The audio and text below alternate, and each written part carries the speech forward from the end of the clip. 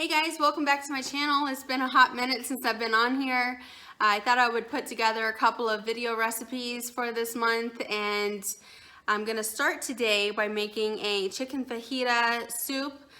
This is a great soup for the winter months when it's nice and chilly out. This is a very warming soup. Not only is it warm temperature wise, but it has some spice to it, so it's got a good kick to keep you warm.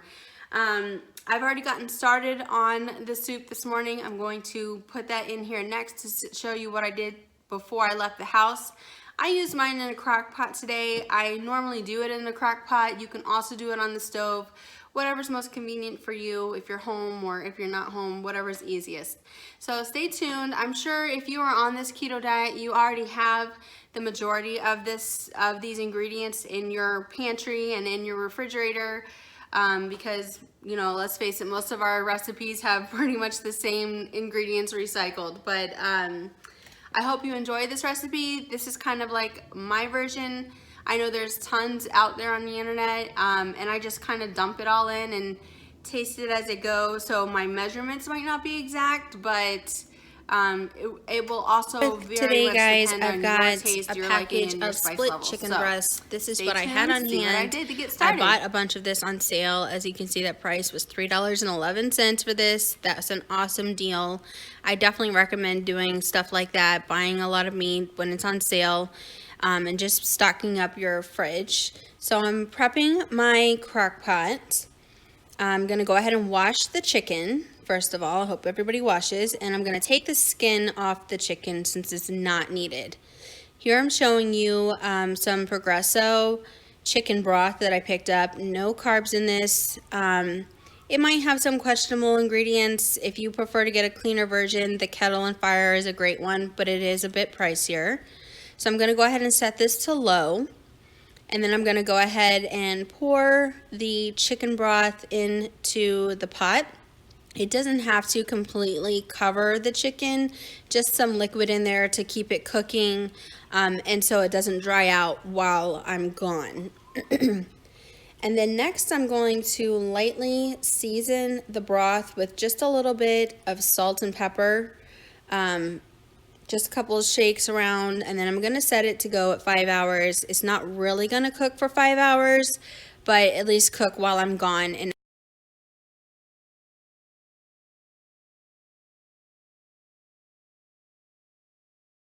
okay guys, so my chicken has been in the crock pot now for at least 3 hours. When I first got back home, I went ahead and cranked it up to high just to make sure it's cooked through.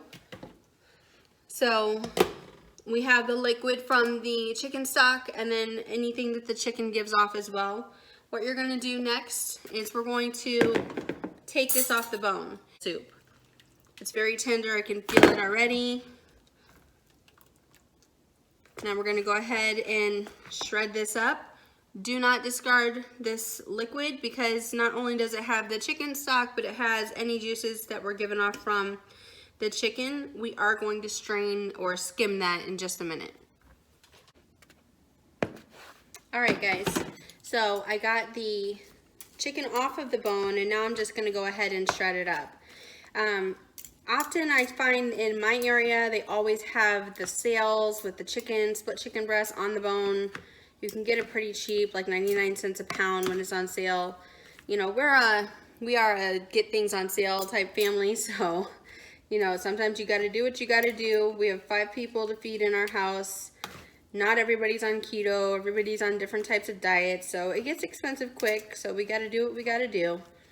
So I'm just going to go ahead and separate the chicken chunks, try to get it broken down so that it will disperse evenly throughout the soup and everybody can have some chicken. As you saw, those 2 pieces, they really go far in the soup to feed my whole family, because I notice on the chicken, split chicken breasts that are on the bone, they're just massive pieces versus like getting a couple of tenderloins already deboned, and you know, it seems like they take more meat off of it. So that's one way to do it. Plus, if you're using the bone, you know, you're gonna get any of the nutrients out of the bones themselves from cooking them in the slow cooker or on the stove. If you cook it on the stove, it probably takes about an hour on like medium-high heat to get it broken down, and you know, if that, but you really want it to get tender. Okay, I think that's about good. I'm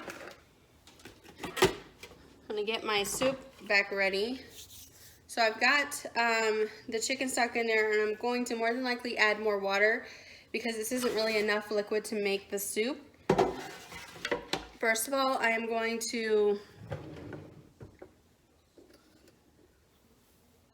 Okay, I'm going to attempt to skim this soup of the chicken fat that's down there, just the extra stuff that came off of the chicken. And if you do this on the stove, you'll have to do it as well because all of that stuff kind of foams up to the top.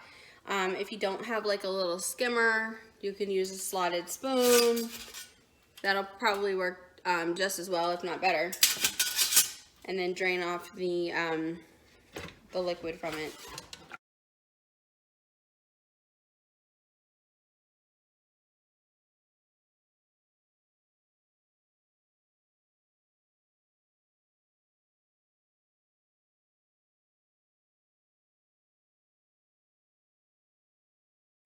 Okay, so you know what's gonna work better in this instance is if I just pour this through the slotted spoon there.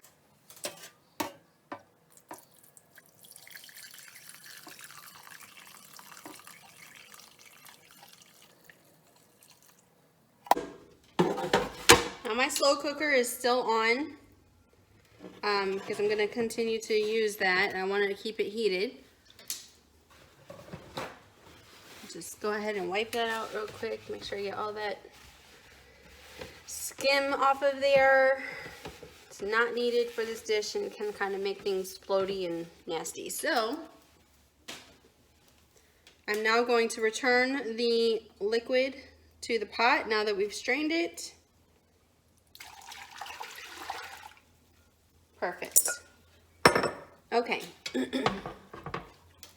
Now, in order to gauge how much liquid I need, I'm going to add the chicken back in.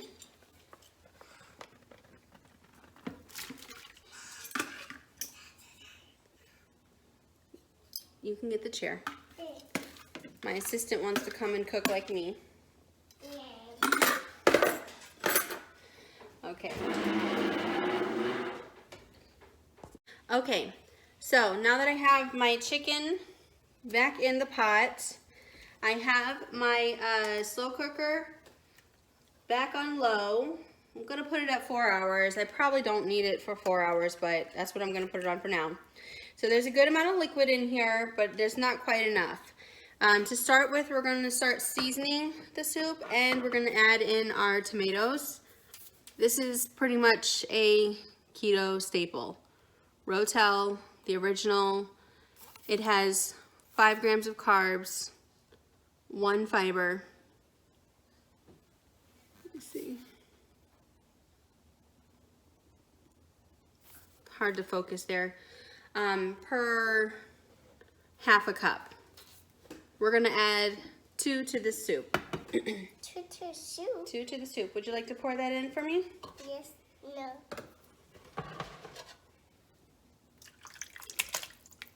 Good job. I'm glad we're all wearing that now. I'm gonna go ahead and open the other one. Okay.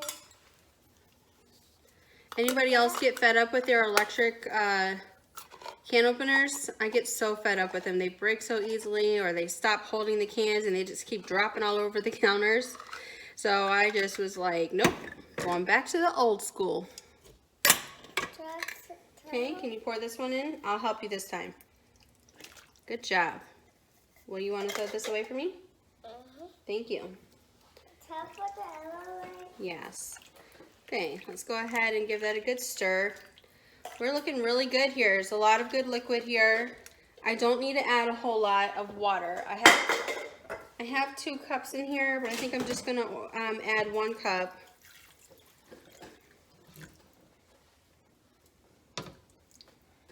That was a little less than a cup. At the water. of the water, yep. So that's what I step up. Mm-hmm. All right, now for the seasoning.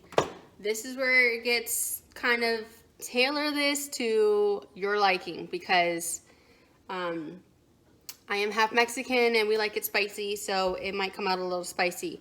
Now, also just remember, it might taste spicier at this stage because we will later add heavy cream into this so that it will kind of cool off the spice a little bit, and you can put sour cream on top. So here's the spices. We're gonna do some salt, pink salt. That's hot. It is hot, don't touch it. Okay. I don't touch that. Salt it liberally. There's not really a whole lot of salt in the dish from the chicken stock. Just a little bit. Pepper. We're not going to go super heavy on the pepper because as you'll see I've got several different types of peppers over here.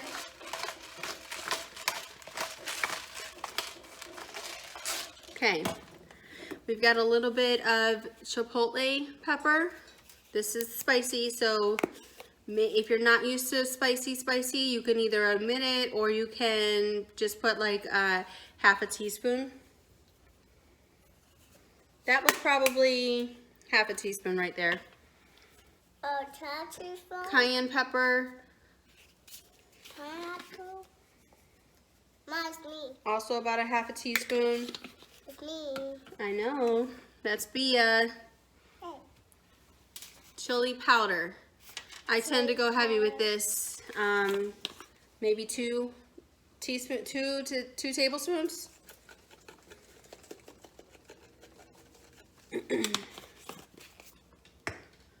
We're gonna add some onion powder. Don't touch that, honey. I don't want you to get burnt, okay? Probably about a teaspoon. Can I help you with that? Add some garlic powder. I don't have it out. I'll get that in just a second and add that. Can I help? Cumin. Add this pretty liberally. Can I help you with that? It gives it a nice smoky flavor.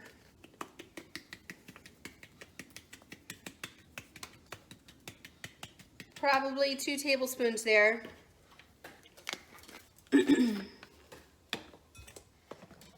Paprika. If you have smoked paprika, that would be better. About 2 teaspoons.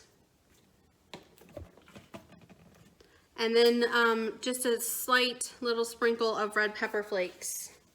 You know that, Mom. Make sure you use the slotted side. How many of you have ever dumped some chili pepper on something using this side by accident? I have. So just a little bit. That. Okay, and garlic powder is the last thing I'm gonna add. You can be liberal with that too. This is probably about 2 teaspoons. It looks like a lot, but there's a lot of liquid here that you have to season. All right, now it's got a perfect dark color there. You have the water. Got the water in. What we're gonna do now is let this go for a couple more hours, and at the end we're gonna add in the cream like the last half hour. So when we get ready to do that, I will come back and show you what to do there. Okay guys, so we're back. The soup has been cooking away for about another hour and a half. It's looking really good and I have tasted it. The spices are on point, however it just needs a little bit more salt. So I tasted it before I added the cream so I would know what it would taste like, and I might need to taste it one more time before we serve it. So let me show you what we have going on here. Okay, here's our soup. We're gonna go ahead and add some more salt in.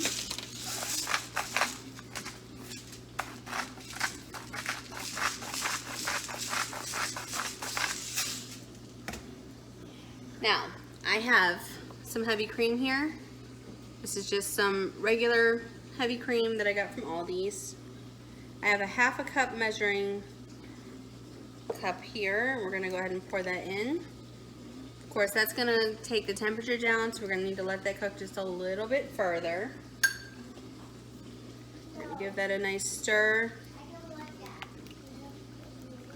That's also going to change the spice levels of the soup a little bit. As I mentioned earlier, that will kind of cool down some of the spices. So we're gonna let this go for a couple more minutes, and I'm gonna talk about toppings, because it's really important to have some really good stuff on top of the soup. So, first and foremost, you guys know I have a non-keto family, so I am going to heat up some corn for them so they can add another vegetable into the soup besides, well, tomatoes are fruit, I guess, but they can have something else in the soup besides just what I have there. I also have for them some tortillas that you can add into the soup. For myself, I will be adding some olives, cheddar cheese, and some sour cream, full fat sour cream. Now,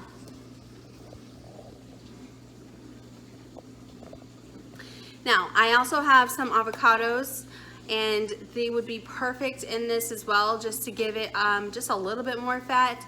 I mean, the sour cream and the cheese are gonna add enough fat as it is, but as well as the olives, but the avocados would just taste great, but mine are not ripe, so I can't add them in, but it would be a great addition to this. So I'm gonna let this cook for a little bit longer. I'm gonna make my bowl, show you what it looks like, and then we'll end out this video. Okay guys, our soup is done. I did end up adding a little bit more salts, so just keep tasting it, especially the more flavors or more ingredients you add, you have to always reseason. So, have my bowl here. I've got the soup in there. It looks so good. The tomatoes, the chicken. I added my cheese, my olives, and my sour cream. I am so excited for this. A couple of other things you could add in addition if you like the crunchiness of tortilla soup or stuff like that. I know we can't have those chips, but you could possibly look into the Quest chips if you like those, or you could get Parm Crisp and like crush them up and sprinkle them on top, because they just they're good. They add a little bit of saltiness to it as well, and they're crunchy, so it'll help add just like a little element to the soup as well. So anyways, I hope you enjoy this recipe. I hope you'll give it a try. Let me know if you have any questions. If you would like and subscribe to my channel, I would really appreciate it. I will get some more videos out for you guys this month, and I hope you guys are all having a great day. Thank you.